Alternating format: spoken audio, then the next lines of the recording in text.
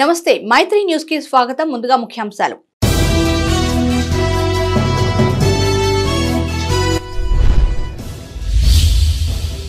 ప్రజావాణి సమస్యలు పరిష్కరించాలి, దరఖాస్తులు స్వీకరించిన అధికారులు.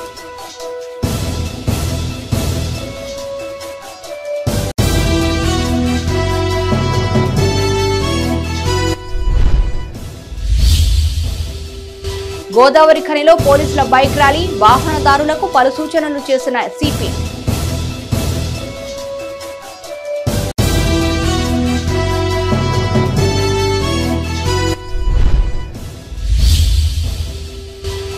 ఘనంగా ఛత్రపతి శివాజీ జయంతి వేడుకలు, నివాళులర్పించిన అధికారులు, ప్రజాప్రతినిధులు.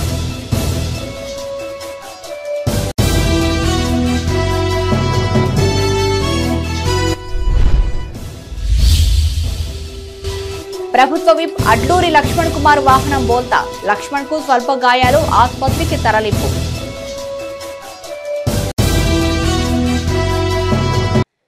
ప్రభుత్వ కార్యాలయాల్లో ప్రజలు సమర్పించే దరఖాస్తులను నిర్దేశిత సమయంలోగా పరిష్కరించాలని పెద్దపల్లి జిల్లా కలెక్టర్ ముజమిల్ ఖాన్ ఆదేశించారు. పెద్దపల్లి జిల్లా మంథని తహసీల్దార్ కార్యాలయంలో నిర్వహించిన ప్రజావాణి కార్యక్రమంలో కలెక్టర్ పాల్గొని ప్రజల అర్జీలు స్వీకరించారు. అంతకుముందు మంథని డివిజన్ అధికారులతో సమావేశమై వారికి పలు సూచనలు చేశారు. పట్టణంలో నూతన బస్తీ దవాఖానాల ఏర్పాటుకు అనువైన భవనాలను గుర్తించాలని డిప్యూటీ డిఎంహెచ్ఓకు సూచించారు. డివిజన్ పరిధిలోని ప్రాథమిక ఆరోగ్య కేంద్రాలు, సబ్ సెంటర్ను నిరంతరం పర్యవేక్షించాలన్నారు. డివిజన్ పరిధిలో జరుగుతున్న ప్రసవాలపై సమగ్ర నివేదిక తయారు చేయాలన్నారు. ఈ కార్యక్రమంలో మంథని రెవెన్యూ డివిజన్ అధికారి హనుమానాయక్, తహసీల్దార్, సంబంధిత వివిధ శాఖల అధికారులు పాల్గొన్నారు.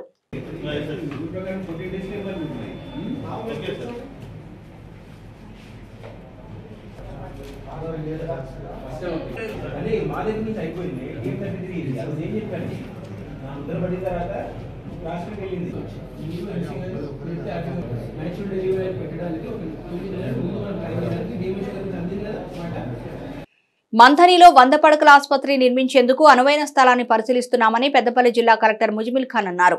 మంథని ఏరియా ఆసుపత్రిని సందర్శించిన కలెక్టర్ పక్కనే ఖాళీగా ఉన్న స్థలాన్ని పరిశీలించారు. ఈ సందర్భంగా ఆయన మాట్లాడుతూ మంథని ప్రజలకు మెరుగైన వైద్య సేవలు అందించేందుకు కృషి చేస్తున్నామన్నారు.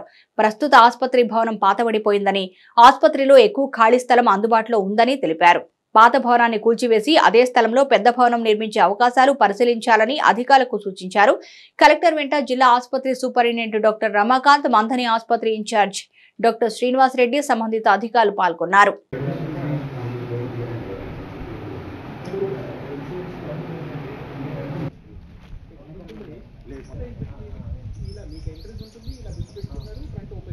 ప్రజా సమస్యలను త్వరితగతిన పరిష్కరించాలని పెద్దపల్లి స్థానిక సంస్థల అదనపు కలెక్టర్ అరుణశ్రీ అధికారులను ఆదేశించారు. సమీకృత కలెక్టరేట్ సమావేశ మందిరంలో నిర్వహించిన ప్రజావాణి కార్యక్రమంలో అదనపు కలెక్టర్ శ్యామ్ ప్రసాద్ లాల్తో కలిసి ఆమె ప్రజల అర్జీలను స్వీకరించారు. ఈ సందర్భంగా అరుణశ్రీ మాట్లాడుతూ ప్రజావాణి దరఖాస్తులు పెండింగ్ లేకుండా చూడాలన్నారు. ప్రతి సమస్యను పూర్తి స్థాయిలో పరిష్కరించాలని సూచించారు. ఈ కార్యక్రమంలో వివిధ శాఖలకు చెందిన జిల్లా అధికారులు, సిబ్బంది పాల్గొన్నారు.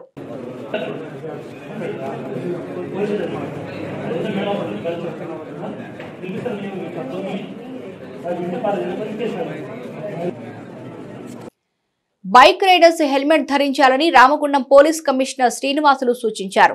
పెద్దపల్లి జిల్లా గోదావరి ఖనిలో పోలీస్ సిబ్బందితో కలిసి సిపి హెల్మెట్ ధరించి బైక్ ర్యాలీ నిర్వహించారు.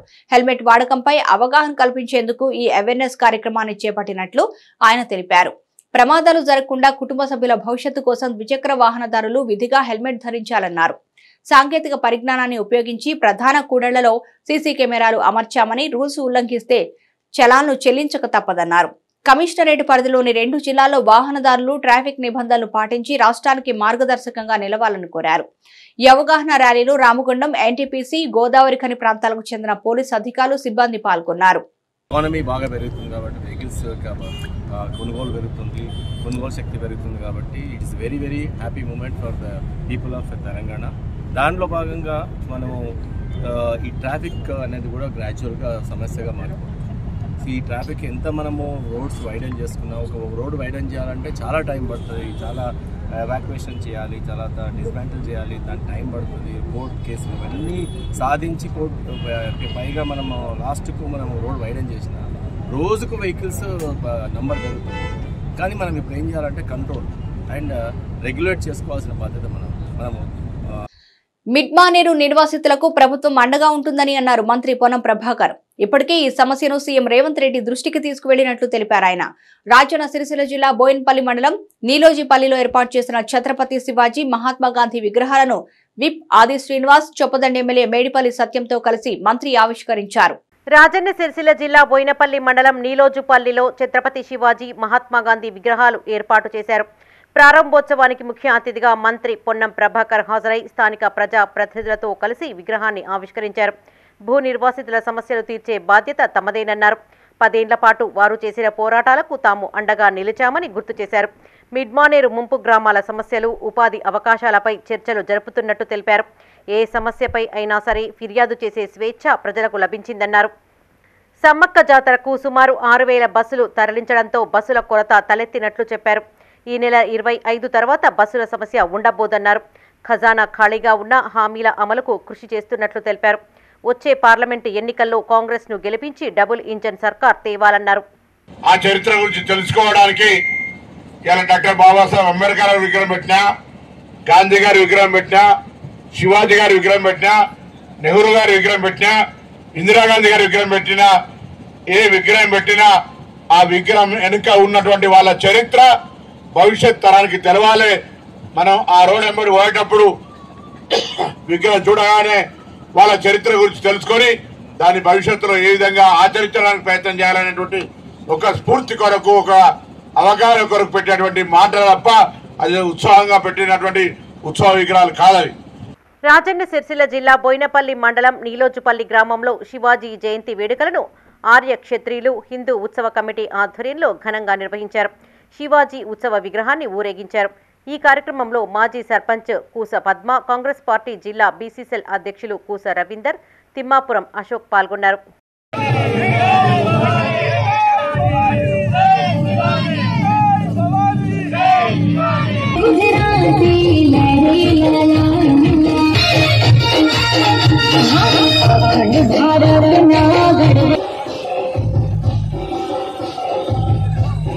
దేశ సంస్కృతిని ప్రపంచానికి చాటి చెప్పిన మహావీరుడు ఛత్రపతి శివాజీ అని రామగుండం ఎమ్మెల్యే ఎంఎస్ రాజ్ ఠాకూర్ అన్నారు. పెద్దపల్లి జిల్లా గోదావరి ఖనిలో ఛత్రపతి శివాజీ 394వ జయంతి వేడుకలను ఘనంగా నిర్వహించారు. స్థానిక జీఎం కార్యాలయం సమీపంలోని మూల మలుపు వద్ద ఆర్య కులస్తుల ఆధ్వర్యంలో జరిగిన కార్యక్రమంలో రామగుండం ఎమ్మెల్యే రాజ్ ఠాకూర్ పాల్గొని శివాజీ విగ్రహానికి పూలమాలలు వేసి నివాళులర్పించారు. ఛత్రపతి శివాజీ ఆశయ సాధనకు ప్రతి ఒక్కరూ కృషి చేయాలని రాజ్ ఠాకూర్ సూచించారు. దేశ సంస్కృతిని ప్రపంచానికి తెలియజేసిన ఒక మహావీరుడు. ఆ వీరుడిని ఒక జన్మదినం జరిపించుకోవడం నిజంగా గర్వంగా భావిస్తా ఉన్నాం. అందరం కూడా ఈ రోజుకి కూడా వారి ఆదర్శాలను, వారి యొక్క రాజనీత్యాన్ని, అదే మాదిరి వారి యొక్క ఏ రకంగా అయితే శత్రువులను వెంటాడి దేశ సంరక్షణ కాపాడే విధంగా పేద ప్రజలకు మంచి ఒక రాజరికాన్ని, ఒక ప్రజల యొక్క పాలన అందించినటువంటి జగిత్యాల జిల్లాలో సోమవారం తెల్లవారుజామున రోడ్డు ప్రమాదం జరిగింది. ఉదయం 3 గంటలకు ప్రభుత్వ విప్ అడ్లూరి లక్ష్మణ్ కుమార్ వాహనం అదుపు తప్పి బోల్తా కొట్టింది. ఈ ప్రమాదంలో విప్ అడ్లూరి లక్ష్మణ్ కుమార్ స్వల్ప గాయాలతో బయటపడ్డారు. ఆదివారం హైదరాబాద్ లో ఓ వివాహానికి వెళ్లి తిరిగి వస్తుండగా జగిత్యాల జిల్లా ఎండపల్లి మండలం అంబారిపేట, కొత్తపేట గ్రామాల మధ్య ఉన్న మూల మలుపు వద్ద కరీంనగర్ టు రాయపట్నం రాష్ట్ర రహదారిపై విప్ అడ్లూరి లక్ష్మణ్ కుమార్ వాహనం ప్రమాదానికి గురైంది. ప్రమాదం జరిగిన సమయంలో లక్ష్మణ్ కుమార్ తో పాటు డ్రైవర్ సంతోష్, 2 గన్మెన్లు కూడా వాహనంలో ఉన్నారు. ప్రమాదంపై సమాచారం అందుకున్న పోలీసులు వెంటనే ఘటనా స్థలానికి చేరుకుని క్షతగాత్రులను ధర్మారంలోని ఓ ప్రైవేటు ఆసుపత్రికి తరలించి ప్రాథమిక చికిత్సను అందించారు. ఆ తర్వాత అక్కడి నుంచి కరీంనగర్ అపోలో ఆసుపత్రికి, అనంతరం మెరుగైన వైద్యం కోసం హైదరాబాద్ యశోద ఆసుపత్రికి తరలించారు.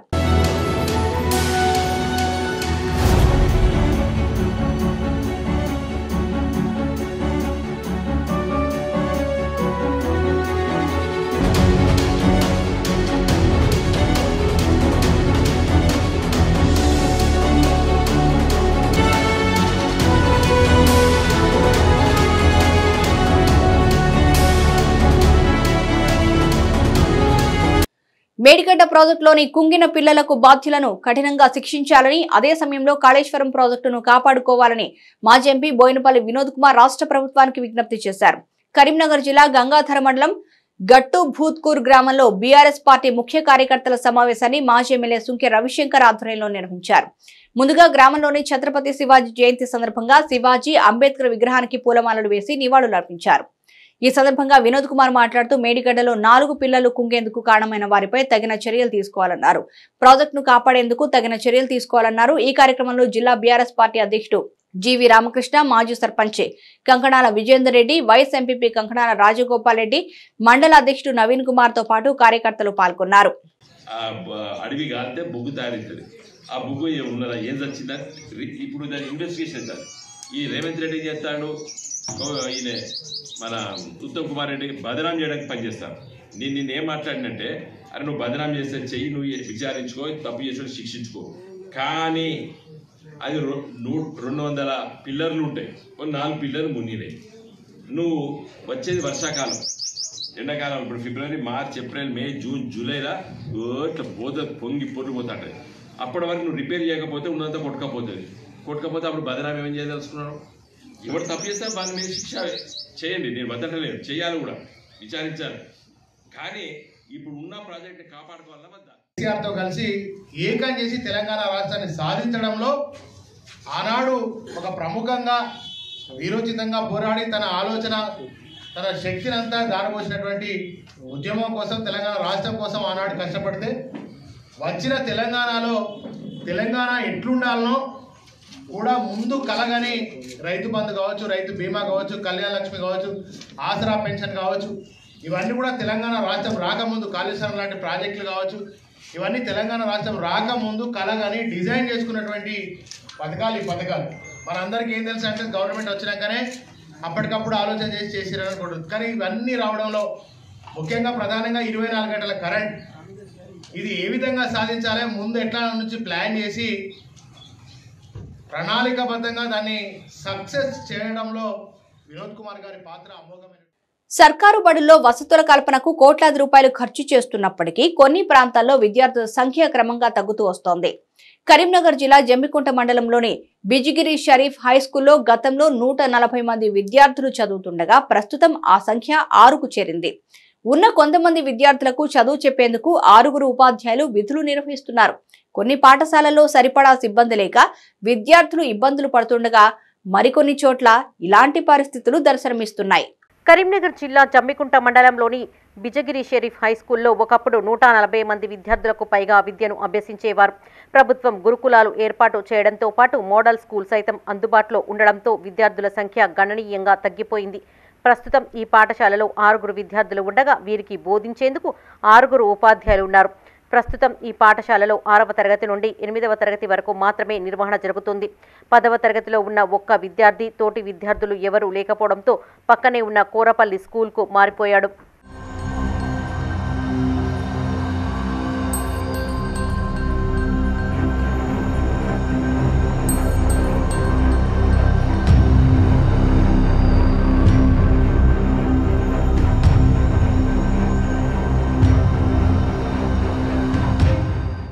మూడు నెలల క్రితం ప్రభుత్వం నిర్వహించిన బడిబాట కార్యక్రమం ద్వారా అధ్యాపకులు ఇంటింటికి తిరిగి విద్యార్థుల తల్లిదండ్రులకు నచ్చచెప్పినప్పటికీ ఫలితం లేకుండా పోయింది.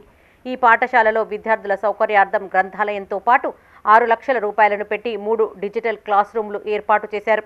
అన్నీ ఉన్న అల్లుడి నోట్లో శని ఉన్నది అన్న చందంగా పాఠశాలలో విద్యార్థులకు కావలసిన అన్ని వసతులు ఉన్నప్పటికీ వచ్చే విద్యార్థులు లేకపోవడంతో పాఠశాల కళతప్పిపోయింది. నేడు 2 విద్యార్థులు మాత్రమే పాఠశాలకు హాజరు కాగా వారికి చదువు చెప్పేందుకు 2 అధ్యాపకులు హాజరయ్యారు. మిగతా ఉపాధ్యాయులు ట్రైనింగ్కు వెళ్లగా మరో 2 ఉపాధ్యాయులు సెలవులో ఉన్నారు. మినిమం 4 వస్తారు సార్. ఈ మేడారము ఇవన్నీ వేములవాడ ఈ జాతరలు ఉన్నాయి కదా, దానికోసమని వచ్చిన పిల్లలు మళ్ళీ వెళ్ళారు. 2 మాత్రం ఉన్నారు. దాదాపుగా ఊర్లో దాకా ఈ వీళ్ళే వస్తున్నారు కదా, ఏది ప్రైవేట్ స్కూల్ బస్సెస్ అవి వస్తున్నాయి కాబట్టి పిల్లల్ని అటే పంపించేస్తున్నారు. 10th ఒక అబ్బాయి ఏమండి, ఆ అబ్బాయి కోరపల్లి స్కూల్కు వెళ్ళిపోయాడు. ఒకడే అబ్బాయి. పిల్లలు రావాలనే కోరుకుంటున్నాము, పిల్లలకు చెప్తున్నాము. ఇంతకుముందు ఈ స్కూల్లో చదివిపోయిన పిల్లలు కూడా అరే తెలుసు కదా స్కూల్ గురించి అని కూడా వాళ్ళని కూడా మేము మోటివేషన్ చేయడము అట్లాంటివి జరుగుతుంది. ఊర్లో వాళ్ళు కూడా కొంతమంది సిద్ధంగా ఉన్నారు. గ్రామీణ ప్రాంతాల్లో ఉన్న విద్యార్థుల తల్లిదండ్రులు ప్రైవేటు పాఠశాలలపైన ఆసక్తి కనబరచడంతో ప్రస్తుతం మండలంలోని ప్రభుత్వ పాఠశాలలో చదివే విద్యార్థుల సంఖ్య రోజురోజుకు తగ్గిపోతోంది. లక్షలాది రూపాయలు కేటాయించి ఉపాధ్యాయులను ఏర్పాటు చేస్తున్నప్పటికీ విద్యార్థులు లేకపోవడంతో వారు కూడా ఖాళీగా కూర్చోవాల్సిన పరిస్థితి. మండలంలోని బిజగిరి షరీఫ్ గ్రామంలోనే కాకుండా చాలా ప్రభుత్వ పాఠశాలల్లో ఇదే పరిస్థితులు కనబడుతున్నాయి. ఈ రోజు మన స్కూల్ను కాపాడుకోవాల్సిన బాధ్యత మనకు ఉంది. ఒక్కసారి స్కూల్ కనుక మనకు బయటికి వెళ్ళిపోతే మనం మళ్ళీ వేసుకోవడానికి చాలా ప్రయత్నం చాలా తంటాలు పడాల్సి ఉంటుంది. కాబట్టి ఏమంటుంటే మన జిడిపిఎస్ స్కూల్లో ఉన్నతమైన స్టాఫ్ ఉన్నది, మంచి సక్రమమైన హెడ్ మాస్టర్ గారు ఉన్నారు, అన్ని వసతులు ఉన్నాయి. ఈ యొక్క స్కూల్లో ఇంగ్లీష్ మీడియం వసతులు ఉన్నాయి, మనకు మనబడి ఛానల్ ఉన్నది. ప్రతి ఒక్కటి ఇది ఒక వినియోగించుకొని తల్లిదండ్రులు బయట ఏదో ప్రైవేట్ స్కూళ్ళలో వేల లక్షల ఫీజులు కట్టి అది చేసుకునే కంటే ఈ యొక్క మన స్కూల్ని కాపాడుకొని, ఎందుకంటే ప్రైవేటు స్కూల్కు గవర్నమెంట్ స్కూల్లో తేడా ఏదో అపోహలు ఉన్నాయి, కానీ ఈ రోజు మన స్కూల్లో ఉండి నౌకర్లు సంపాదించి ప్రభుత్వ కొలువుల్లో ఉన్నారు కాబట్టి వాళ్ళని ఆదర్శంగా తీసుకొని ఇంకేమైనా అసాంఘిక కార్యక్రమాలను కూడా గ్రామ ఎంపీటీసీ గారు కానీ, సర్పంచ్ కానీ, పాలకవర్గం మాజీ పాలకవర్గం కానీ, ఇతర విద్యార్థులు కానీ ప్రతి ఒక్కరు సహకరించుకుంటారు. కానీ ఇదిలా ఉంటే రాత్రైతే ప్రభుత్వ పాఠశాలలు మందుబాబులకు అడ్డాగా మారుతున్నాయి. ప్రతిరోజు ఉదయం పాఠశాల ఆవరణలో ఖాళీ సీసాలు, గ్లాసులు దర్శనమిస్తున్నాయి. అధికారులు స్పందించి ప్రభుత్వ పాఠశాలలపై పర్యవేక్షణ పెంచాలని, విద్యార్థుల సంఖ్య పెంచేందుకు తగిన చర్యలు చేపట్టాలని పలువురు కోరుతున్నారు. పెద్దపల్లి పురపాలక సంఘం కార్యాలయంలో ఇద్దరు కౌన్సిలర్ల మధ్య ఘర్షణ చోటు చేసుకుంది. 18వ ward councillor Kolipaka Srinivas BRS party నుంచి ఎన్నికల సమయంలో కాంగ్రెస్ పార్టీలో చేరగా 24వ వార్డు కౌన్సిలర్ నూగిళ్ల మల్లయ్య కాంగ్రెస్ పార్టీలోనే కొనసాగుతున్నారు. వారిద్దరూ కాంగ్రెస్ కౌన్సిలర్లు కావడం, వారి మధ్య గత కొన్ని రోజులుగా గొడవలు జరుగుతూ ఉండడంతో పురపాలక సంఘం కార్యాలయంలో ఇరు వర్గాల నేతల మధ్య తోపులాట జరిగింది. ఎమ్మెల్యే విజయరమణారావు ఇరు వర్గాలకు నచ్చచెప్పే ప్రయత్నం చేసినప్పటికీ ఫలితం లేకుండా పోయింది. ఘటనా స్థలానికి చేరుకున్న పోలీసులు ఇరు వర్గాల కార్యకర్తలను చెదరగొట్టడంతో వివాదం సద్దుమణిగింది. ఎట్లయినా ఇచ్చిపెట్టే సమస్య అయితే లేదు. నేను ఇది పరిస్థితి దౌర్జన్యాలు చేస్తాను. డబ్బులు ఏమైనా ఉంటే అంతకన్నా డబ్బులు ఉంటే దాచుకోవాలి. కానీ ఇట్లా జనాలు పడి తిట్టుడు, ఆశ్చర్యపడి తిట్టుడు, చైర్మన్ కూడా అవమానపరచుడు, కమిషనర్ అవమానపరచుడు, ఆ మీటింగుల పక్కపడి ఏదంటే పనులు చేసుకుని పోయి ఎవరైతే అంటే ఏ కౌన్సిలర్ చేసుకుని పోమని 4 ఏళ్ళకి అని చెప్పాను. మేము 20 ఏళ్ళే కౌన్సిలర్ ఉంటాను. ఇక్కడ ఏనాడు డిస్కషన్ కూడా నడుపుకున్నాం ఆఫీసు. ఏనాడైనా ఏ పార్టీ అని చూడకుండా కూడా ఇవాళ ఈయన ఏదో వచ్చి మేము పార్టీలో ఉరగబెట్టినట్టు, మా పార్టీ ఏదో ఉరగబెట్టినట్టు వచ్చి నేను కాంగ్రెస్ కౌన్సిలర్ కదా అని చెప్పి ఇష్టమైన మాట్లాడితే ఎవరు ఊరుకోరు. ఇంతకింత మూల్యం చెల్లించుకోవాల్సి వస్తుంది. సరైనది కాదంటే చెల్లిస్తాం. రాజన్న సిరిసిల్ల జిల్లా వేములవాడ 2వ బైపాస్ రోడ్లో నూతనంగా ఏర్పాటు చేసిన బ్యాంక్ ఆఫ్ మహారాష్ట్ర వేములవాడ శాఖతో పాటు ఏటీఎం మిషన్ ను ఎమ్మెల్యే ఆది శ్రీనివాస్ ప్రారంభించారు. బ్యాంకు సేవలను సద్వినియోగం చేసుకోవాలని వినియోగదారులకు సూచించారు. ఈ కార్యక్రమంలో municipal chairperson Madhavi, zonal manager Sushani Kumar Gupta, bank manager Madhumohan Reddy, councillor Yachamneni Srinivas, block Congress అధ్యక్షుడు వెంకటస్వామి, నాయకులు సంఘస్వామి యాదవ్, రమేష్ పాల్గొన్నారు.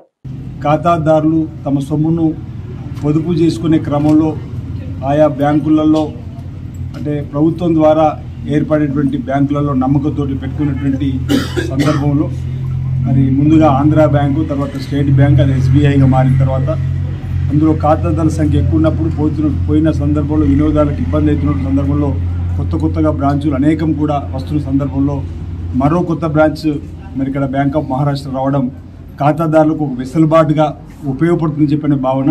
మరి వాళ్ళు చెప్తున్నట్టుగా క్రాప్ లోన్ కూడా తీసుకోవడానికి అవకాశం ఉందని, లేదా హౌస్ లోన్స్ తీసుకోవడానికి అవకాశం ఉంది, గోల్డ్ లోన్ తీసుకోవడానికి అవకాశం ఉంది, వ్యాపారులకు సంబంధించినటువంటి ఓడీలకు సంబంధించినటువంటి అంశంలో కానీ అది తీసుకోవడానికి అవకాశం ఉంటుందని చెప్పడం జరుగుతుంది. కాబట్టి మరి ఇది ఖాతాదారులకు, వినియోగదారులకు, ఈ ప్రాంతంలో ఉన్నటువంటి పేదలకు ఉపయోగపడుతుందని చెప్పిన భావన సందర్భంగా నేను వ్యక్తం చేస్తూ మరి ఇక్కడ ఏజీఎం గారు, మేనేజర్ గారికి నేను నూతనంగా ఈ బ్యాంకును ఏర్పాటు చేసిన సందర్భంలో వేములవాడ పట్టణంలో దక్షిణ కాశీగా పేరుగాంచినటువంటి రాజన్న ఆలయానికి సంబంధించినటువంటి ఆలయ పరిసరాల్లో చాలామంది చిరు వ్యాపారులు డైలీ వైజ్ ఇంట్రెస్ట్ తీసుకునేదో. కరీంనగర్ జిల్లా రామడుగు మండలం వెలిచార గ్రామానికి చెందిన సాధుశెట్టి కులానికి చెందిన వారు తప్పుడు కుల ధృవీకరణ పత్రాలు పొందడానికి ప్రయత్నం చేస్తున్నారంటూ దళిత సంఘాల ఆధ్వర్యంలో ఎంఆర్ఓ కలెక్టర్ కి ఫిర్యాదు చేశారు. అంతకుముందు వెలిచార గ్రామంలో ఉన్న తెలంగాణ తల్లి విగ్రహం నుండి అంబేద్కర్ విగ్రహం వరకు ర్యాలీ తీశారు.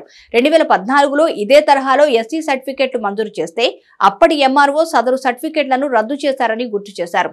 మళ్లీ కొందరు సాధుశెట్టి కులస్తులు ఎస్సీ సర్టిఫికెట్ పొందేందుకు యత్నిస్తున్నారని, వారిపై తగిన చర్యలు తీసుకోవాలని అధికారులను కోరారు. వారు ఎంఆర్ఓ ఆఫీసులో కంప్లైంట్ చేశారు. వారికి అప్పుడు ఉన్న ఎంఆర్ఓ గారు కొంతమందికి ఎస్సీ సర్టిఫికేట్ జారీ చేసి ఈ విషయాన్ని ఎస్సీ కులస్తులైన మాలా మాదిగలం కలిసి అప్పుడు ఉన్న ఎంఆర్ఓ మీద మేము అప్లికేషన్ ఇచ్చి పోరాటం చేసినాం.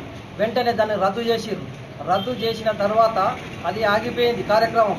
తిరిగి 2024లో మళ్ళీ సాధు శెట్టి బీసీడీ కులస్తులు మళ్ళీ ఈ విషయాన్ని సర్పంచ్ పదవి కాలం అయిపోయిన తర్వాత స్పెషల్ ఆఫీసర్ టైంలో వారు మళ్ళీ తెరపైకి బీసీడీ కులస్తులు ఉన్నవారు ఎస్సీ గుడిగ జంగాలం అని చెప్పి మళ్ళీ డిప్యూటీ తహసీల్దార్ గారికి మళ్ళీ వారు దరఖాస్తు చేసుకున్నారు.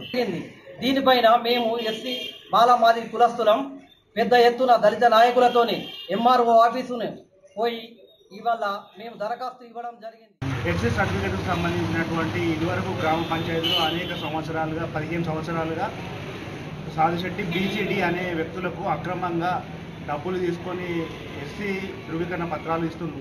దీని మీద అనేక పోరాటాలు ఎస్సీ మాలమాదిగ కులస్తులు చేసి దాన్ని రద్దుపరచడమైనది. కానీ 2024 సర్పంచ్ పదవి కాలం విరమణ అయిపోయిన తదుపరి మళ్ళీ ఈ సమస్య ముందుకొచ్చింది. కాబట్టి ఈ రోజున ప్రతి ఎవిడెన్స్ తోటి వేములవాడ రాజరాజేశ్వర స్వామిని సినీ నటుడు సుమన్ దర్శించుకున్నారు. ఆలయంలో ప్రత్యేక పూజలు చేశారు. అంతకుముందు కోడె మొక్కులు చెల్లించుకున్నారు. అనంతరం నాగిరెడ్డి మండపంలో అర్చకులు వేదోక్త ఆశీర్వచనం గావించారు. ఆలయ ఏఈఓ శ్రీనివాస్ ఆయనకు స్వామివారి ప్రసాదం అందజేశారు. వారి వెంట ప్రోటోకాల్ సూపరింటెండెంట్ సిరిగిరి శ్రీరాములు సిబ్బంది ఉన్నారు. అందరికీ నమస్కారం. ఈరోజు వేములవాడకి రావడం జరిగింది. అంటే సోమవారం ముఖ్యంగా ఏంటంటే మా అభిమాని శ్రీనివాస్ ఈరోజు చిన్న లెవెల్లో అన్నదానం స్కీమ్ అంటే తన వైఫ్ ఏంటంటే ఎంతోమంది ఆశీర్వదించి చేయాలన్నట్టు సరే ఈరోజు దాన్ని ప్రారంభం.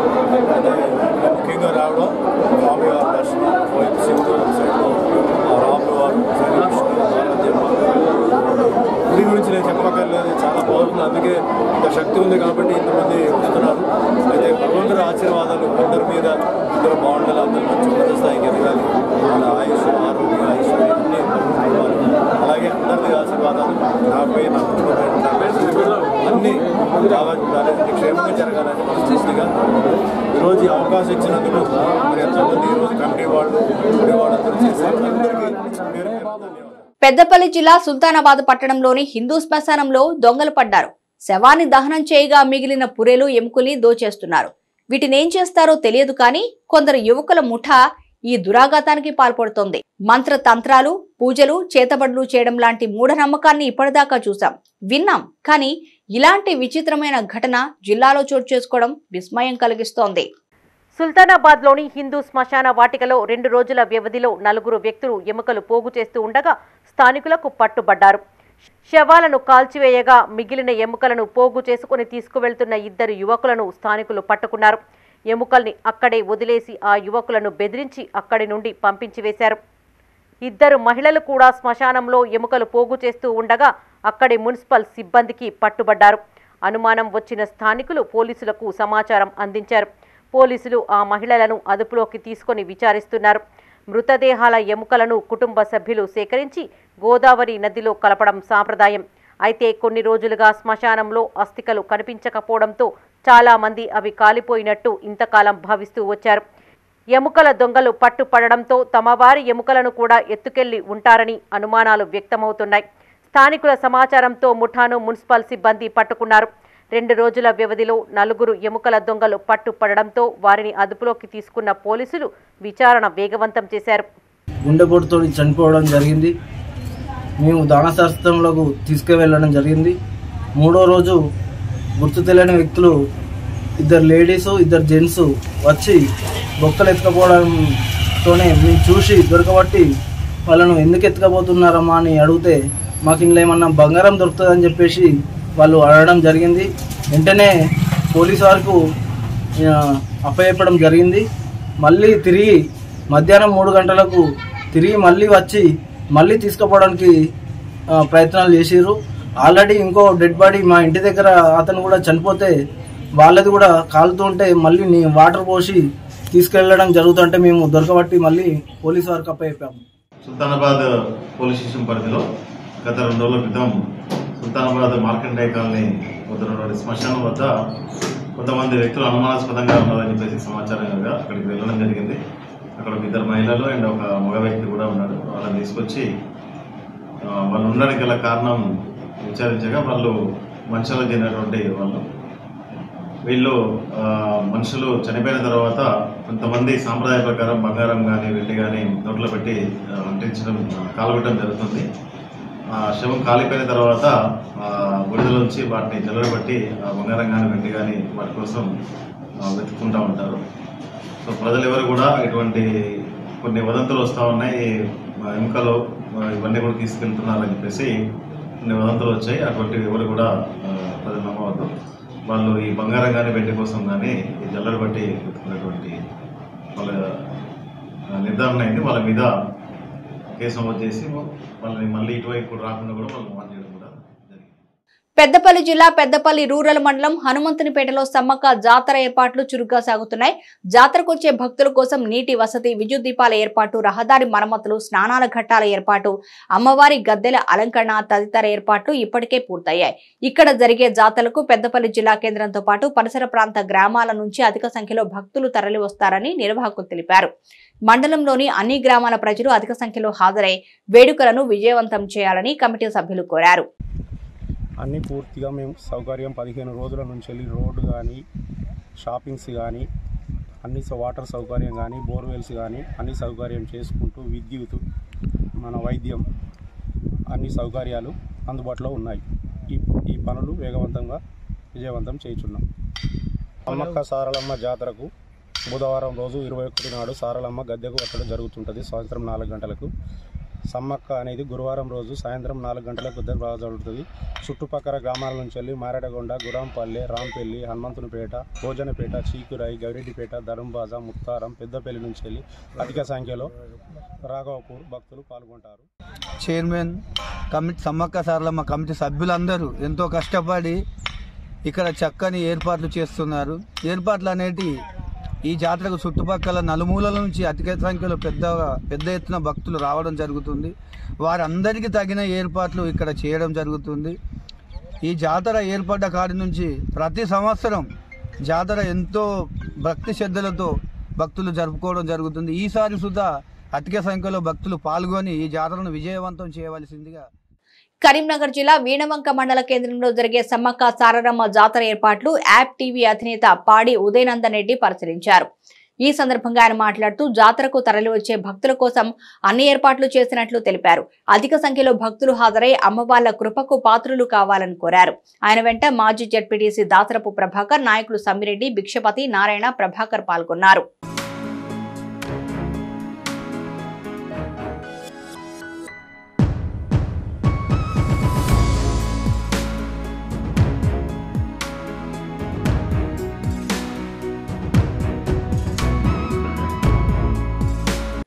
రాజన్న సిరిసిల్ల జిల్లా ముస్తాబాద్లోని పెద్ద చెరువు కట్ట కింద 1వ రజక సంఘం ఆధ్వర్యంలో చేపట్టిన మడలేశ్వర స్వామి ఆలయ నిర్మాణ పనులకు ZPTC Narsaiah, CESS director Anjireddy భూమి పూజ చేశారు. రజకులు సంఘటితంగా ఉండి పనులు త్వరగా పూర్తి చేయాలని సూచించారు. ఆలయ నిర్మాణానికి తమ వంతు సహకారం అందిస్తామని హామీ ఇచ్చారు. ఈ కార్యక్రమంలో రజక సంఘం అధ్యక్షులు మిడిదొడ్డి యాదగిరి, ఆలయ కమిటీ చైర్మన్ బాలరాజు, ఉపాధ్యక్షులు నర్సయ్య, ప్రధాన కార్యదర్శి బాబు, మండల అధ్యక్షులు శ్రీనివాస్ తో పాటు వివిధ పార్టీల నాయకులు పాల్గొన్నారు. అన్ని పార్టీల పెద్దలందరికీ, రజక సంఘ కుటుంబ సభ్యులందరికీ కూడా మనస్ఫూర్తిగా ధన్యవాదాలు. ఇవాళ భూమి పూజ ఏదైతే చేసిండ్రో దాన్ని కూడా మీ కుటుంబ సభ్యులందరూ కూడా మండలంలో ఉన్న మీ అందరిని కూడా కలుపుకొని మంచి ఆలోచనతో ఏదైతే మొదలుపెట్టిర్రో మీరందరూ కూడా అదే విధంగా ఉండి దీన్ని పూర్తి స్థాయిలో కంప్లీట్ చేసి ఎవరెవరి సహకారం అవసరం ఉంటుందో. రాజన్న సిరిసిల్ల జిల్లా వీనపల్లి మండల కేంద్రంలో యాదవ్ సంఘం ఆధ్వర్యంలో ఘనంగా మల్లన్న పట్నాలు నిర్వహించారు. 5 ఏళ్లకోసారి మల్లన్న పట్నాలు వేయడం ఆనవాయితీగా వస్తోందని నిర్వాహకులు తెలిపారు. ఈ సందర్భంగా కళాకారులు ఒగ్గు కథలు చెప్పారు. ఈ వేడుకలో యాదవ్ సంఘం ప్రతినిధులు, ప్రజా ప్రతినిధులు పాల్గొన్నారు.